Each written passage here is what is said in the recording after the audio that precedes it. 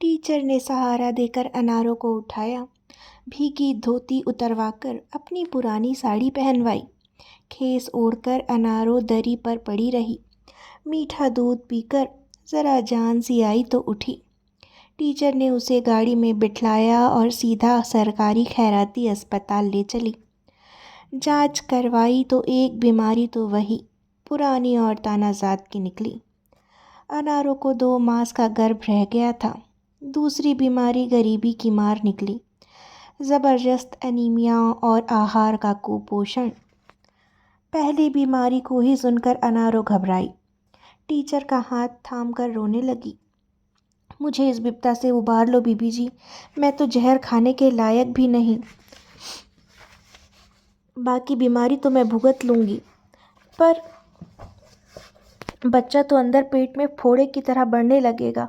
उसे कहाँ से खिलाऊंगी, कैसे काम संभालूंगी? समधियों के आगे क्या ढोल सा पेट लिए फिरूंगी? बीबी जी, मेरे लिए तो यह नरक हो जाएगा, मुझे बचा लो।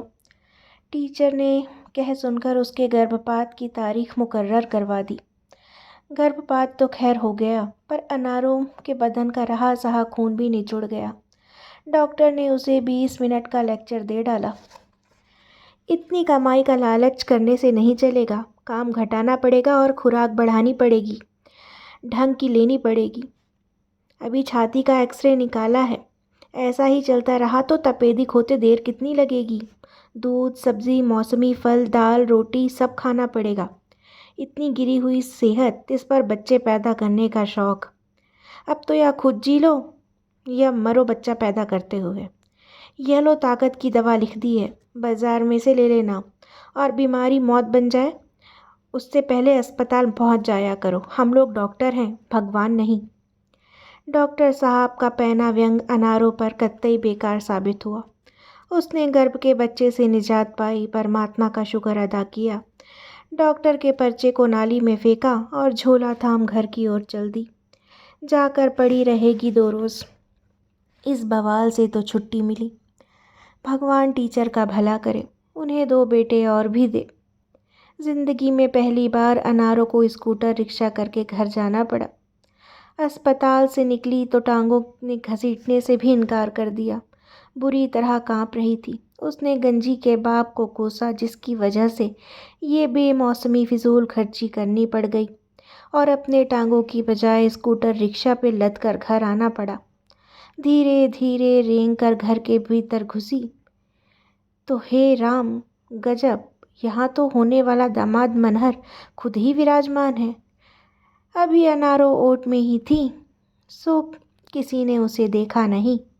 गंजी को तो देखो, कैसी चुस्त हो, स्टोव के आगे बैठी गर्मा गर्म पकौड़ियाँ छान रही है, जैसे ब्याह खसम जिमा रही हो। अनारों के जी में आया कि एक लात गंजी के पीठ पर जमा दे। बेशरम, कल मुँही, यो बाप की इज्जत मिट्टी कर रही है। भरे हुए पटाखे की तरह वह दरवाजे की ओट में ही खड़ी रही।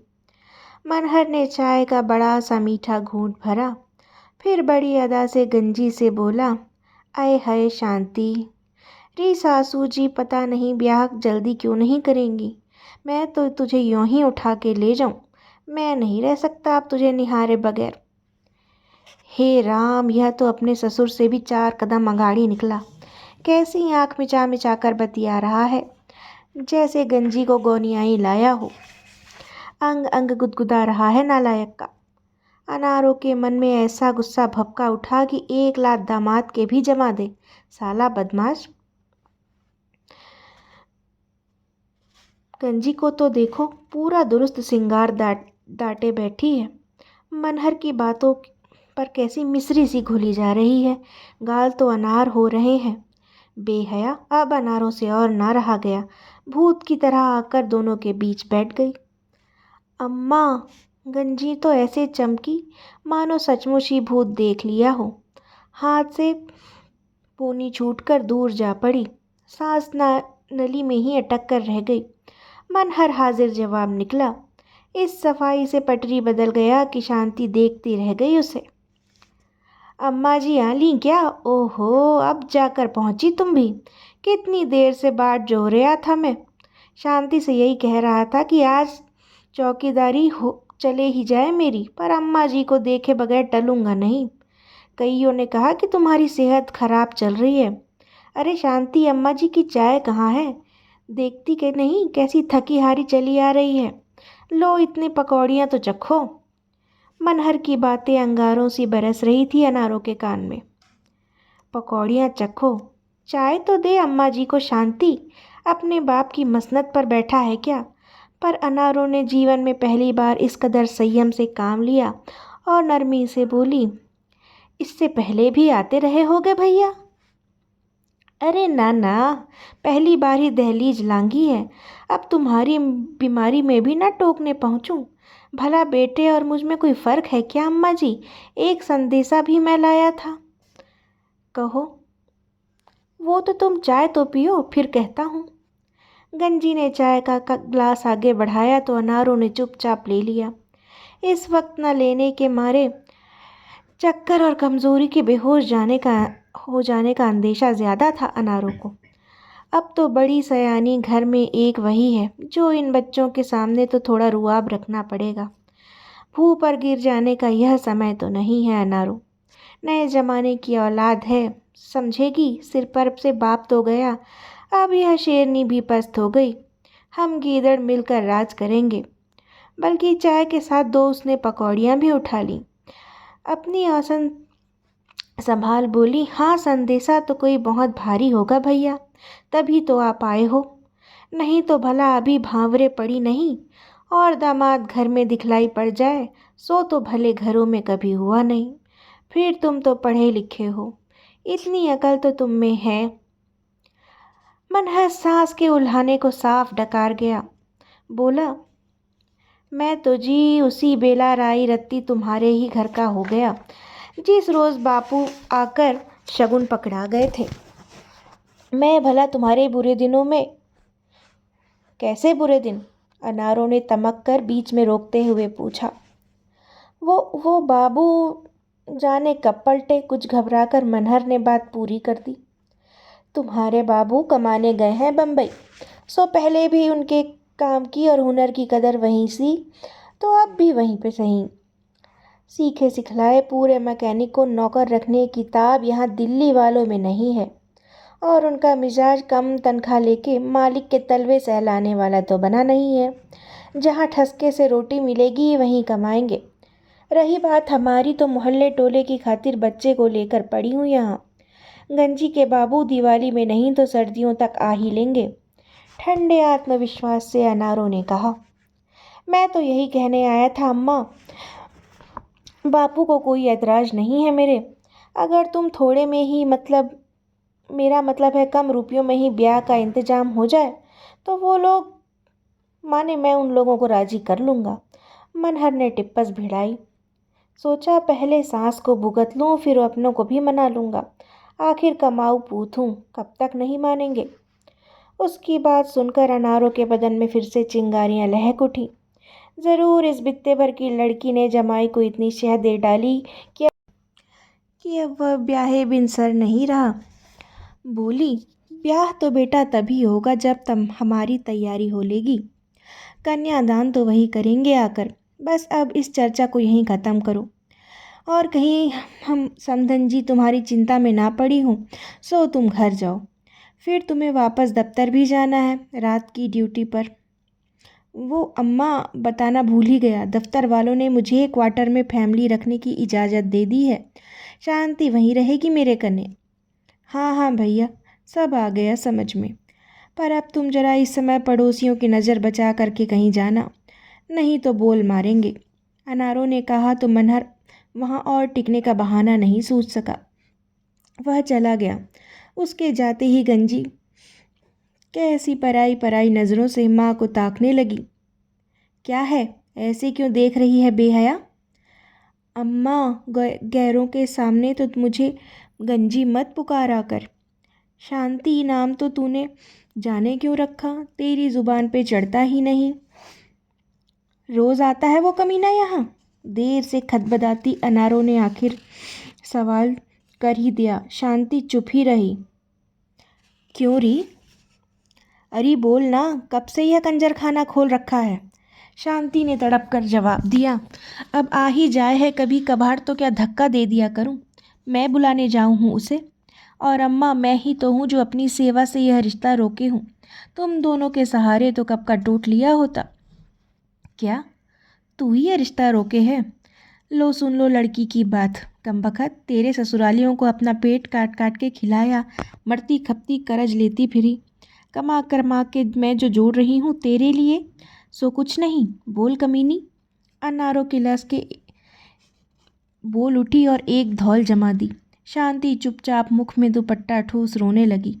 अनारों की समस्त निरूपाय लाचारी ठोकरों से दुत्कारा हुआ मजबूर अभिमान किलस उठा। वह फिर से चीख पड़ी। बेशरम, अगर तूने यह सब संबंध रोक रखा है तो उनके आगे पाँव में घुंघरू बांध के नाच भी ले, और रीछ की रुका रहेगा तेरे बाप के लौटने तलक। शांति रोती रही, हाँफती कलपती। अनारों निढाल होकर चारपाई पर गिर पड़ी। उसे लगा बदन खिसक कर जांघों के बीच लटक जाएगा, और एक जोर की पीड़ा उसे उठी। बल करता ढेरों खून उसके बदन से फूट पड़ा। लगा उसके नीचे के सारे कपड़े लथपथ हो गए हैं। बहुत धीरे धीरे फुसफुसाकर उसने कहा, बेटी तू तो मेरी कोख की जाई थी, तू भी मेरी गरीबी का मखौल उड़ा रही है। माँ का विवश स्वर सुनकर शांति ने चौंक कर सिर ऊपर उठाया। देखा माँ के लत्ते देह लहू से सने हुए हैं, लहू के ताल में डूबे हैं, खूब लाल लाल गाढ़े लहू में। चीख मारकर वह माँ के समीप पहुँच गई। चारपाई की चौखट पर सिर डालकर रोने लगी। यह तुझे एकदम से क्या हो गया अम्मा? कसम ले ले, अब नहीं आने दूंगी उसे यहाँ। अपनी मौसी को बुला कर के ला। बेहोश होने से पहले अंधेरे में अनारों फुसफुसाई। बेहोश अंधेरों और होशियार उजालों के बीच तैरती डूबती अनारों। कैसे कैसे दृश्य आकर उसकी आंखों से बिंद गए। अनारों दुल्हन बनकर आई है, बरेली से विदा करा कर लाया है उसे नंदलाल। गठरी मुठरी बनी दुबकी बैठी है नंदलाल की झुग्गी पे। नहीं, वह आज की अनारों नहीं है। केवल 14 बरस का देखा सुना मासूम सा संसार आँखों में बसा है। पीहर की ही दुनिया देखी थी अब तक। अब इस चौखट पर बाकी का देखना है। माँ मौसी ने ढेरों नसीहतें देकर विदा किया था। सास ननद की देहरी नहीं है जो समझा बुझा कर सिखा देंगी सब। संड मुसंड अकेले मर्द का घर संभालना है। चौकस चट्ट होकर रहना होगा। दिल्ली है, बरेली नहीं। खबरदार जो कोई फरियाद शिकायत लेके मायके आई। आदमी के पाँव धो धो कर पीना होगा, रुलाए तो भी, हंसाए तो भी। नंदलाल जैसा चौड़ा चकला दांगड़ सा मर्द देखकर तो अनारों खुद ही खौफ खाए हुए थी। वह जुग्गी थी सुनहरे पुल पर। वहाँ तो कितनी ही स्वयंभू सांसें और मुँह बोली ननंदें निकल आईं, जिन्होंने 14 वर्ष की अनारों को वर्ष भर में ही दुनियादारी सिखला दी। रहा सहा नंदलाल की आवारा हरकतों ने सिखला दिया। सरकंडों और सिरकियों से बनी जालीदार छत के नीचे सर्दियों की बर्फानी रातों और गर्मियों की झुलसती दोपहरियों ने सिखला दिया कि ज़िंदगी किसे कहते हैं।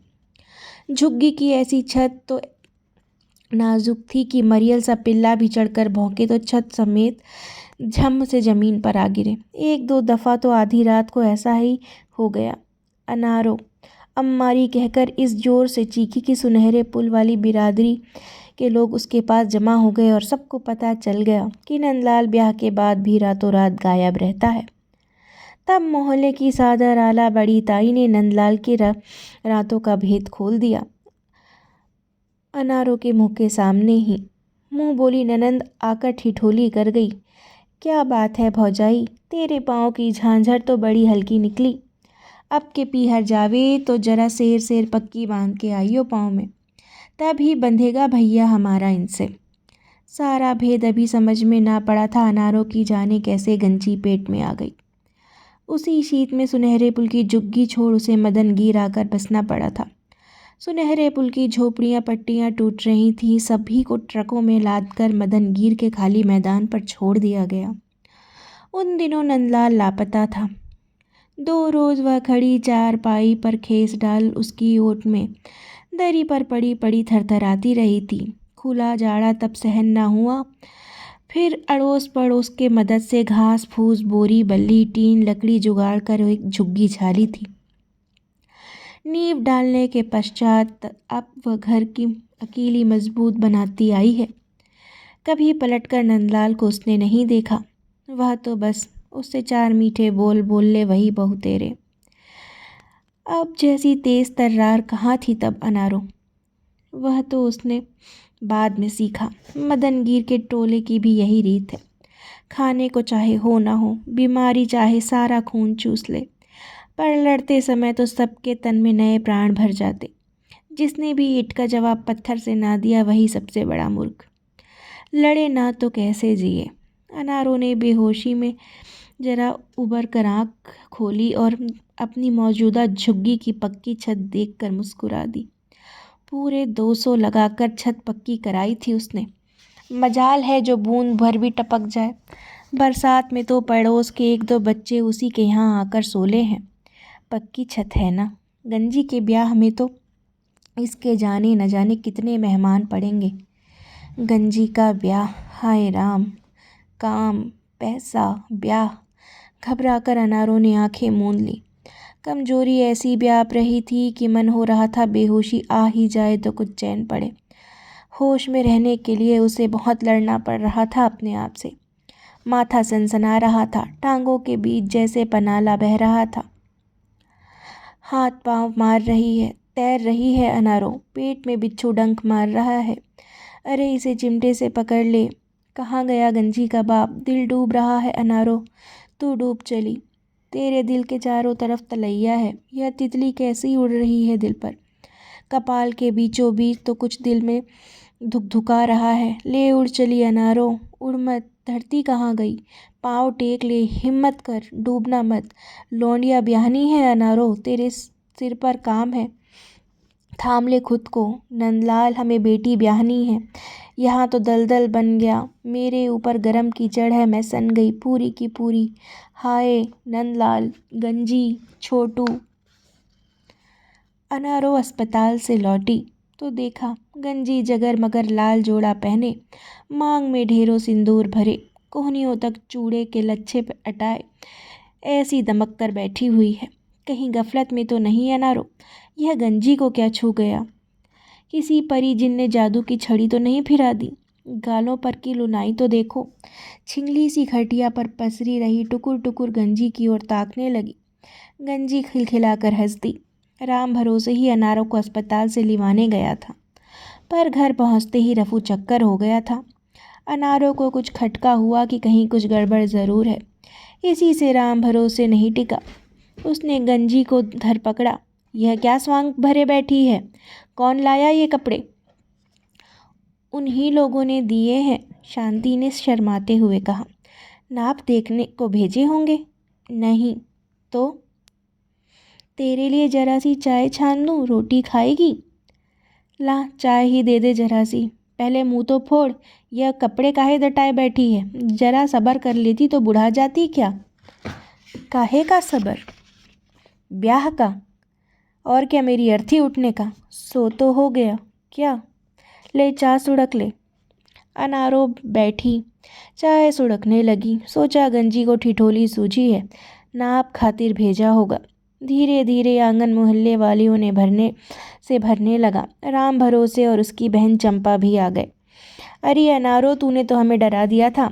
हमने सोच ली अब नहीं रुकती अनारो। बहुत सहली इस धरती की।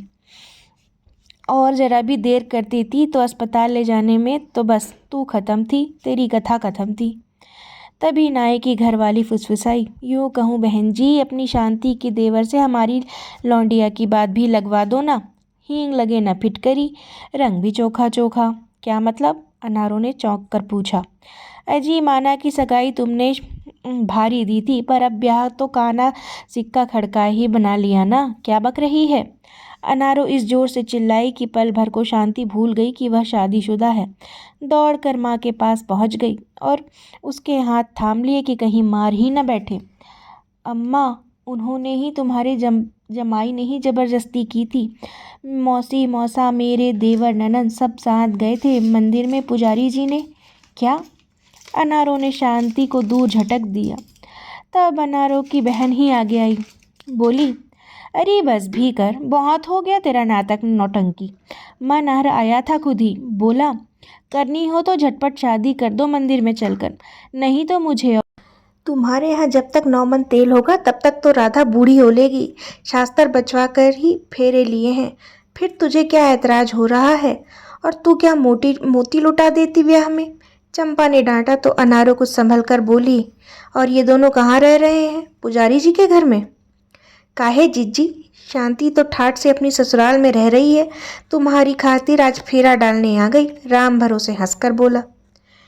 अपने घर में डाल लिया उन्होंने? अविश्वास से अनारों ने पूछा। काहे नहीं रखेंगे, कमाऊ पूत को घर से कोई निकाल सके है? छोटे भाई बहन भी तो मनहर के सहारे ही बड़े करने हैं। मनहर ने तो कह दी थी, ज्यादा चू चपड़ की तो मैं जा रही हूँ शांति को लेके दूसरे शहर। जो ढप से निभा सको तो ठीक है, बोलो। वैसे भी कुछ रोज रहेगी तुम्हारे कने तो फिर मेरे पास दफ्तर के क्वार्टर में ही रहेगी। बस जी, वो लोग तो इनके आगे पीछे घूमने लगे।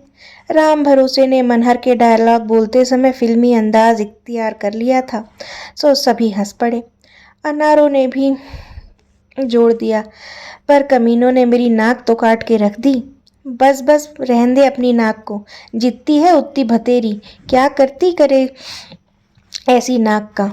राम भरोसे ने अब मुखिया का स्वर इख्तियार कर अनारों को डांटा। इतने में शांति की सांस भी चप्पल फटकारती पहुंच गई। यूँ कहूँ समधिन, अब के तो सस्ते में छूट ली, पर जब नाती होगा तब छक्के चूचक लूंगी। ब्याह की तारीख तो परे परे सरकाती रही, अब तो तुम्हारी मुट्ठी में वो तारीख नहीं। पहले से तैयारी करके रखना, बहू का तीसरा चढ़ते ही खबर भेज दूंगी। हाँ। अब जाकर अनारों को यकीन हो गया कि ब्याह हो लिया। 8 दिन वह बस अस्पताल में क्या पड़ी रही, इन लोगों ने घर का नक्शा ही बदल कर रख दिया। तुमने हामी कैसे भर दी समधिन, तुम तो इज्जतदार थी, उसने धीरे से पूछा। अजी जवान बेटे की ना सुनो तो हमें ही सब खोट बतलावेगी दुनिया। समधिन ने उसास भरी और अपनी बहू का हाथ थाम कर घर को चल दी। अनारों का तो जैसे जीने का मकसद ही उड़ गया। जैसी लंबी सजा कट जाए तो कैदी एकदम से हक्का बक्का रह जाता है। कहाँ तो वह रोज जोड़ तोड़ कर जमा घटा कर कहाँ कुछ छूट जाए, कहाँ कुछ बच जाए, ऐसा करके अपना घर भर रही थी गंजी की शादी के लिए। मगर यहाँ मारे राहत के रुलाई छूट गई उसकी। रो लेने के पश्चात उसने पहले से स्वस्थ महसूस किया। उसे ख्याल आया कि जरा तन पे जान पड़ जाए तो काम पर जाऊंगी तो साफ डंके की चोट पहर कर दूंगी। देखो जी, आलतू फालतू काम, चटनी दाल पिसाई एकदम बंद। तुम्हारी सासुओं की मालिश बदन कुटाई बंद, देवरों की कपड़े धुलाई बंद। कभी तुम्हारी बहन आई है तो कभी तुम्हारी ननंद रानी के लिए दही बड़े खाने हो तो दाल पीसे अनारो। अब के जो वो गंजी का बाप खाली हाथ झुलाता आया तो दहरी पे ही से पलट दूंगी। कौन मेरी लौंडिया बैठी है ब्याहने को जो अब उसके तेवर संभालूंगी। राम भरोसे ने पास पड़ोस वालियों को वापस कर दिया और अनारों की बहन और वह चुपचाप अनारों का तूफान थमने की प्रतीक्षा करने लगे।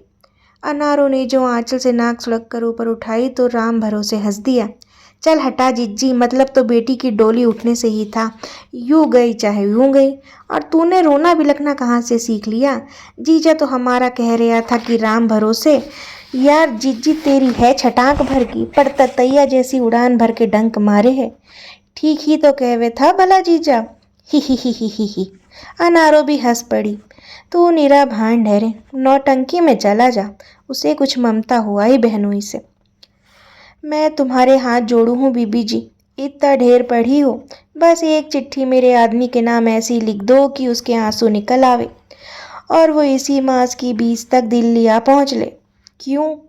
मैंने गंजी के ससुरालियों का अपनी बिरादरी समेत खाना किया है, रुपए का पूरा इंतजाम हो गया है, तुम लिख दो।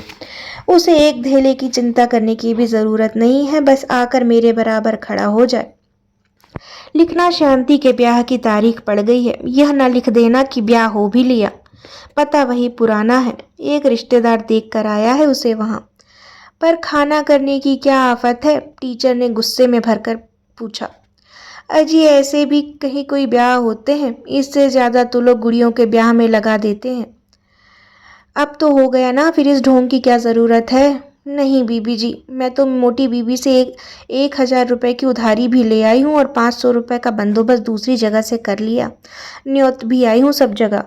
देख अनारो, तू कल ही मेरे घर का काम छोड़ दे। हाय राम, काहे बीबी जी? देख, मुझे ब्लड प्रेशर की बीमारी है और तुम्हारी बातें सुनकर वो हमेशा बढ़ जाता है। ऐसी निकम्मी रूढ़ीवादी बातें और रीति रिवाज दीमक की तरह तुम लोगों के दिमाग को चाट रही हैं। जर्जर खुरखुर हो गए कुरीतियों को तुम लोग पता नहीं कब छोड़ोगे, तो बाबा तुम मेरा ही पीछा छोड़ दो। अनारों ने लपक कर टीचर के दोनों हाथ पकड़ लिए और अपने माथे से लगा लिए। कुछ मनुहार के पश्चात खत भी लिखवा लिया। अनारो बोली, बीबी जी कुछ देर के लिए तुम भी आ जाना, मेरा दिल दुगना हो जाएगा। नहीं भाई, ऐसे मूर्खता भरे जश्नों में मैं नहीं जाया करती। तू आप ही निपट ले इस बेकार के अड़ंगे से, और बहुत मिल जाएंगे साथ देने वाले। अनारों के घर ब्याह मर्चा है। अंतर केवल इतना है कि कन्या और वर पहले से यही ब्याहे बैठे हैं। शांति माँ के भयानक रूप से क्रुद्ध है, बार बार बड़बड़ा रही है। अब दुनिया जहान का कर्जा लेकर खूब खिला पिला सबको, फिर उम्र भर उधारी उतारती रहे, हाड़ पीसियो और मुझे कोसियो। शांति और मनहर दोनों ही आने से मना कर रहे थे, पर दोनों तरफ के बुजुर्गों द्वारा डांट डपट कर लाए गए हैं। सभी कुछ हो रहा है अनारों की झुग्गी में। ढोलक की थाप, गीत के बोल, घुंघरू की रुनझुन। पत्तलों के सामने पंगत की पंगत बैठी कचौड़ी लड्डू उड़ा रही है। अनाथ आश्रम का बैंड उससे होड़ लगाती हिजड़ों की ओए होए, भाजी चलाती कलाइयाँ और परोसते हुए मर्दाना हाथ। नंदलाल के कान में रस्म के गीत फुसफुसाते अनारों के होंठ, फिर पल्ले की गांठ से रस्म के लिए निकलते नोट। सभी कुछ में उसी के हाथ जनाना गर्व से भरे, ग्रम श्रम से गरिमा युक्त। डकारते तूंत पर हाथ फेरते, चटकारा लेते तृप्त समधी, विदा होते प्रसन्न घर आती। टेम्पो पे दान दहेज लदवाते ससुर जी। सब होलिया घराती भी जी भर के जी में नाचे चहक लिए। अब अनारों का सभी लोग गुणगान कर रहे हैं। नंदलाल खूब खुश है।